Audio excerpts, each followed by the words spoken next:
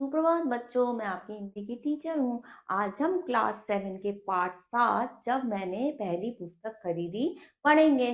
तो बच्चों, मैं आपको पाठ पढ़ाने से पहले बता दूं कि पुस्तक का हमारे जीवन में क्या महत्व है। यही इस पाठ में बताने का प्रयास किया गया है कि जो है पुस्तक हमारे जीवन में कितना महत्व रखती है। ठीक है, लेखक ने उसी के बारे में इस पाठ में बताया है। तो चलिए, पाठ की शुरुआत करने से पहले हम जानकारी लेते हैं। चलिए शुरुआत करते हैं।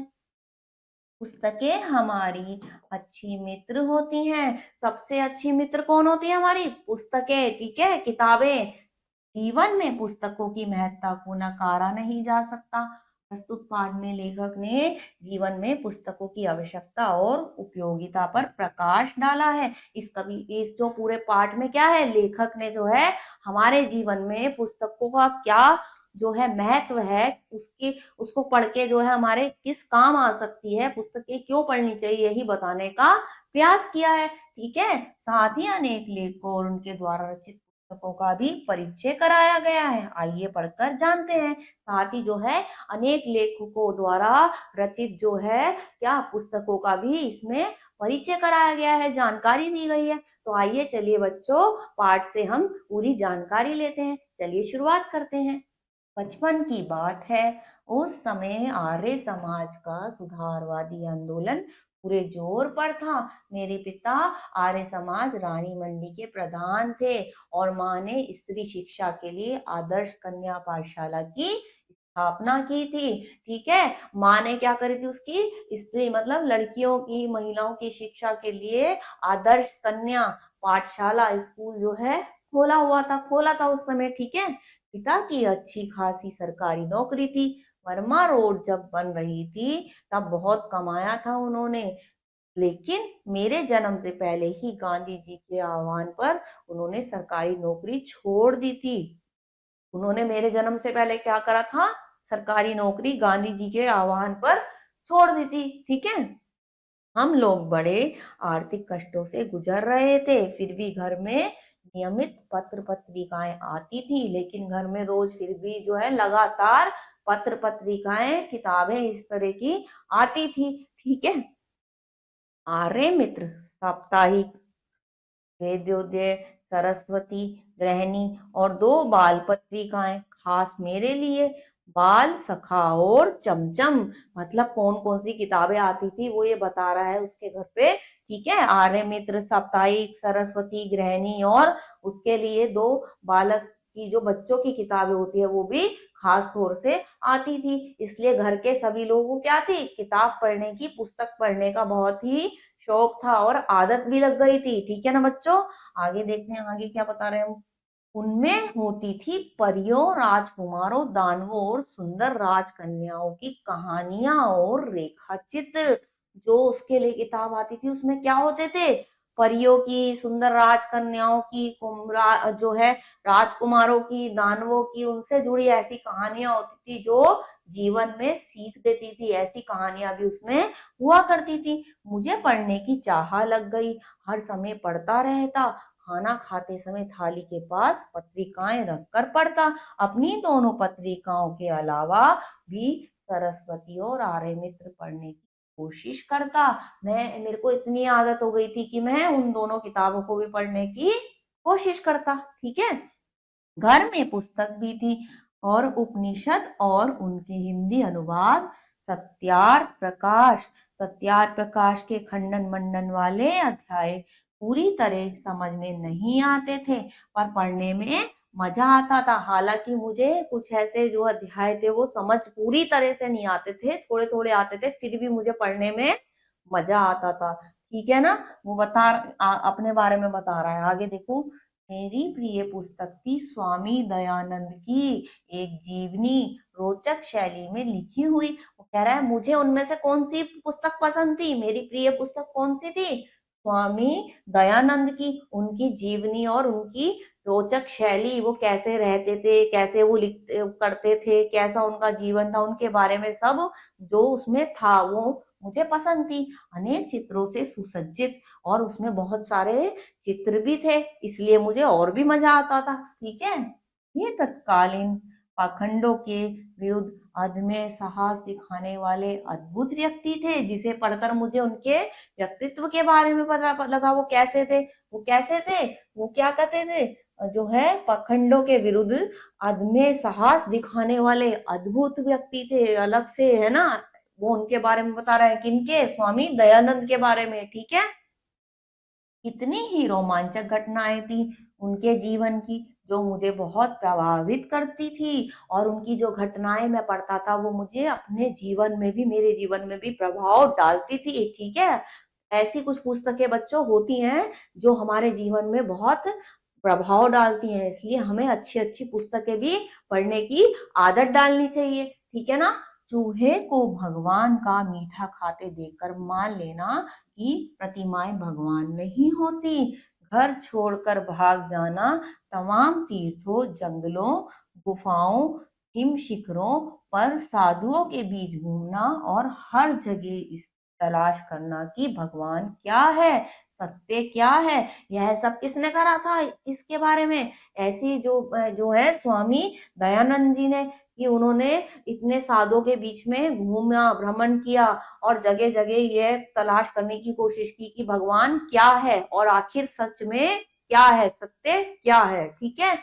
जो भी समाज विरोधी, मनुष्य विरोधी मूल्य है, रूढ़ियां हैं, उनका खंडन करना और अंत में अपने हत्यारे को क्षमा कर उसे सहारा देना, यह सब मेरे बाल मन को बहुत रोमांचित करता है। वो कह रहे हैं कि जो भी समाज में चली आ रही थी, क्या रूढ़ियां की परंपराएं, बहुत सारी चीजें, तो उनको ऐसी जो लगता था कि कैसी हैं, कि जो अंधविश्वास है उनका क्या करना, खंडन करना, और अंत में जो उनके हत्यारे थे उसको तक उन्होंने जो है सहारा देना। और क्या, उनकी बहुत सारी ऐसी उसमें चर्चाएं दे रखी हैं पुस्तक में, जो मेरे बाल मन को, मतलब मेरे बच्चे, मैं एक बच्चा हूं और मेरे मन को बहुत ही रोमांचित करती हैं, पसंद आती हैं, अच्छी लगती हैं, ठीक है। वो ऐसा कह रहा है।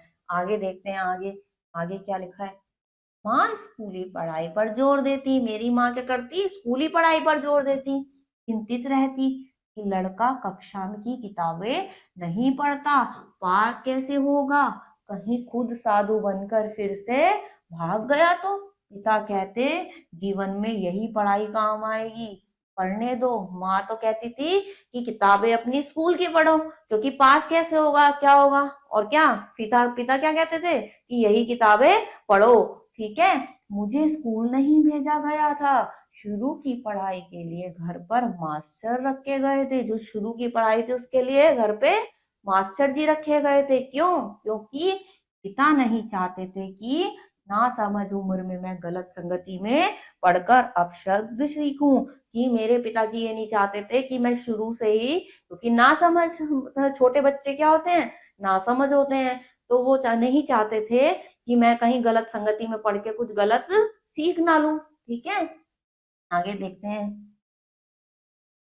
बुरे संस्कार ग्रहण करूं, अतः स्कूल में मेरा नाम लिखाया गया, और कुछ दिनों बाद जाके मेरा स्कूल में बाद में नाम लिखाया गया। कब, जब मैं कक्षा 2 तक की पढ़ाई घर पर कर चुका था। यानी कि मेरी कक्षा 2 तक की पढ़ाई का इसीलिए घर पे करवाई, और उसके बाद मेरा स्कूल में नाम लिखवाया गया, ठीक है। तीसरे दर्जे में भर्ती हुआ। उस दिन शाम को पिता उंगली पकड़कर मुझे घुमाने ले गए।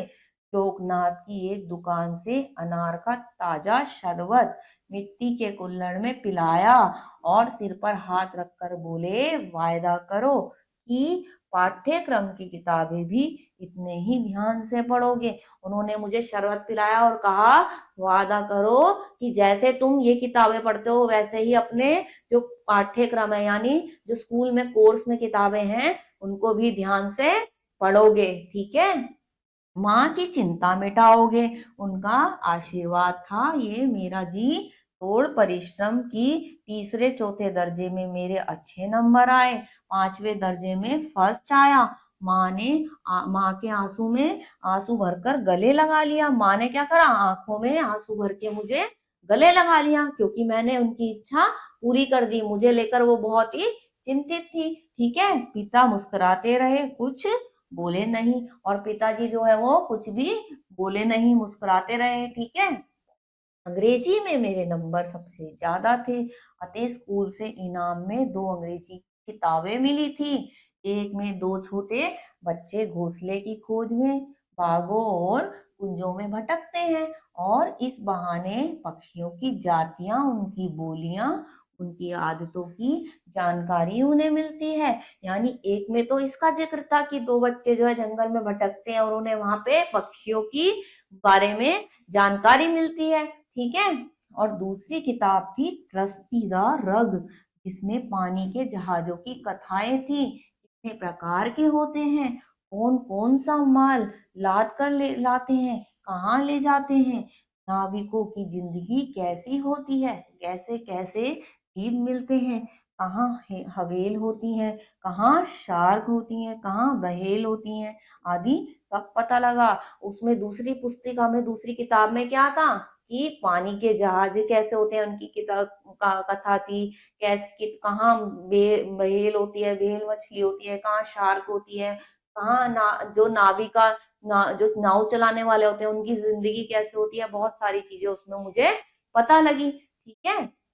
इन 2 किताबों ने एक नई दुनिया का द्वार मेरे लिए खोल दिया।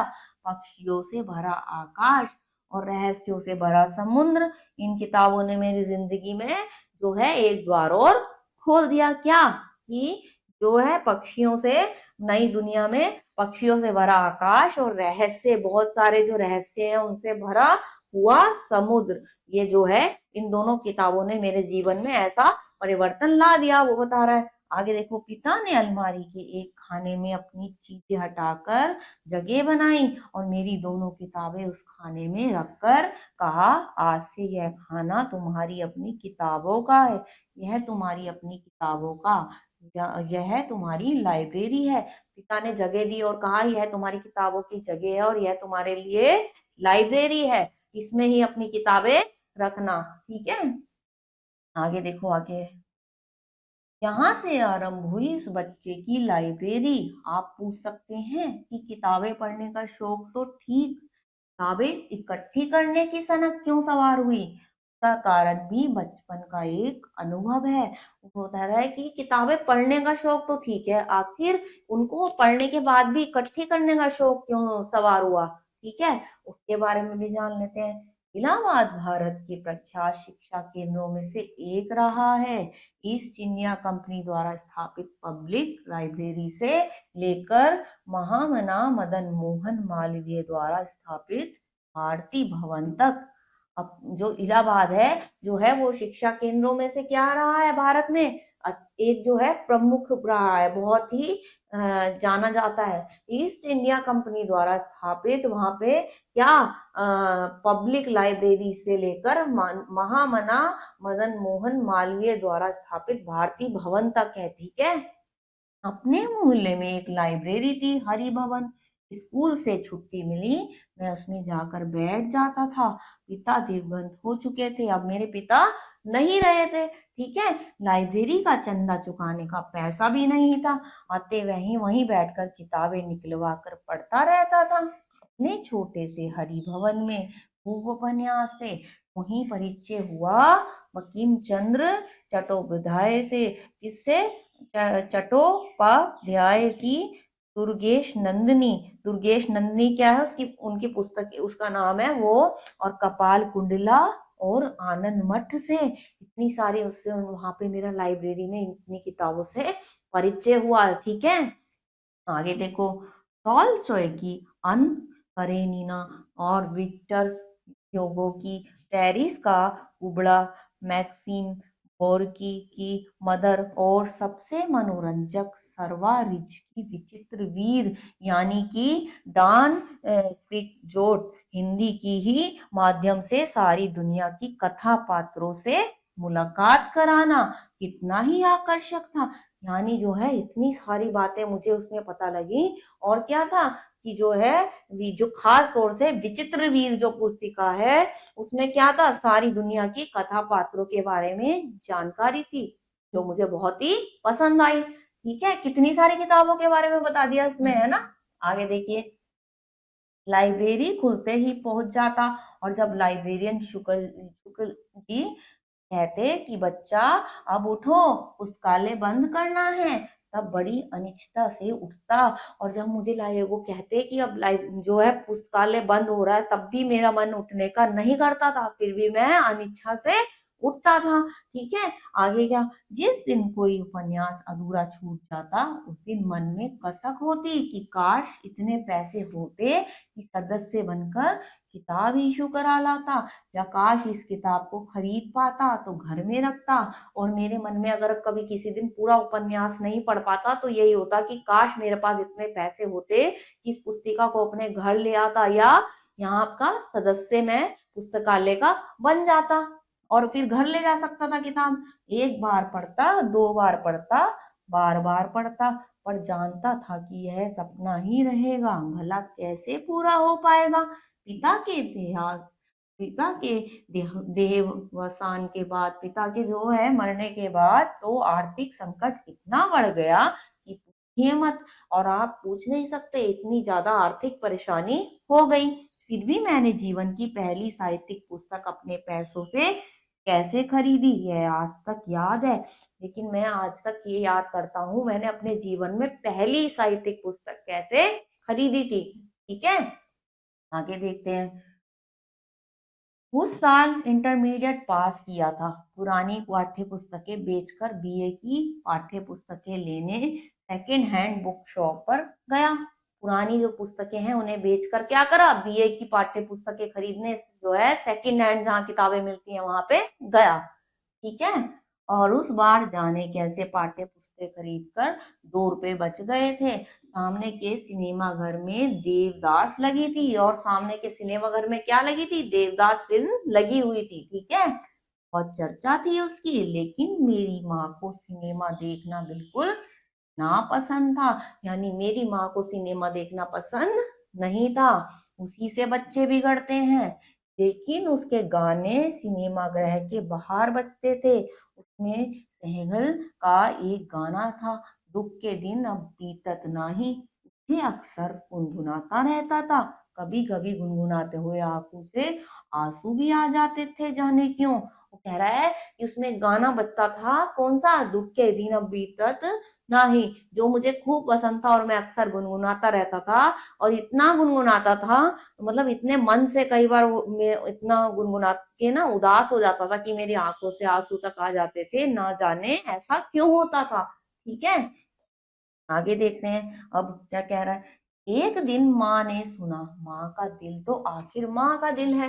एक दिन बोली, दुख के दिन बीत जाएंगे बेटा, दिल इतना छोटा क्यों करता है, धीरज से काम लो। एक दिन जो है मेरी माँ ने सुन लिया, उन्होंने कहा बेटा इतना परेशान क्यों हो रहा है, अपना जो है दुख के दिन जो है बीत जाएंगे, थोड़ा धीरज रख, धैर्य रख। ठीक है, जब उन्हें मालूम हुआ कि यह तो फिल्म देवदास का गाना है, तो सिनेमा की घोर व्योरी माँ ने कहा, अपना मन क्यों मारता है, जाकर पिक्चर देखा, पैसे मैं दे दूंगी। और जब उन्हें पता लगा कि एक फिल्म का गाना है, तो वो समझ गई कि मैं फिल्म देखना चाहता हूँ लेकिन नहीं देख पा रहा हूँ, तो उन्होंने क्या कहा, अपना मन क्यों मार रहा है, मैं पैसे दे दूंगी, फिल्म देखा। ठीक है, मैंने माँ को बताया कि किताबें बेचकर 2 रुपए मेरे पास बचे हैं। वो 2 रुपए लेकर माँ की सहमति से फिल्म देखने गया। पहला शो छूटने में देरी थी। पास में अपनी परिचित किताब की दुकान थी, और वहीं पे क्या थी, दुकान की जो किताब की दुकान वहीं पर थी। ठीक है, वही चक्कर लगाने लगा। सहसा देखा काउंटर पर एक पुस्तक रखी है, कौन सी, देवदास। लेखक क्या, कौन थे, शरद चंद्र चट्टोपाध्याय। दाम केवल 1 रुपया। और मैंने वहां देखा एकदम देवदास नाम की, जो फिल्म लगी है उसी नाम की एक पुस्तक रखी है, उसका दाम क्या था, 1 रुपया। ठीक है, मैंने पुस्तक उठाकर उल्टी पलटी, तो पुस्तक विक्रेता बोला, तुम विद्यार्थी हो, तो पुस्तक बेचने वाला क्या बोला, तुम तो विद्यार्थी हो, तुम क्यों ये पुस्तक लोगे। ठीक है, आगे देखते हैं आगे क्या हुआ। यही अपनी पुस्तकें बेचते हो हमारे पुराने ग्राहकों, तुमसे अपना कमीशन नहीं लूंगा, तुम तो वैसे भी हमारे पुराने ग्राहक हो, तुम मुझसे अक्सर पुस्तकें खरीदते बेचते रहते हो, इसलिए तुमसे कोई कमीशन नहीं लूंगा। ठीक है, केवल 10 आने में यह किताब दे दूंगा और तुम्हें 10 आने में यह किताब मैं दे दूंगा। मेरा मन पलट गया, कौन देखे 1.5 रुपए में पिक्चर।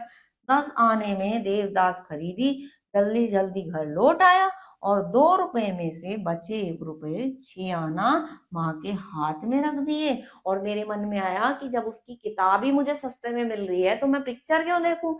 मैंने क्या करा, वो किताब ले ली और अपने घर वापस आ गया, बचे हुए पैसे माँ को दे दिए। ठीक है। अरे तू लौट कैसे आया, पिक्चर नहीं देखी, माँ ने पूछा पिक्चर नहीं देखी क्या।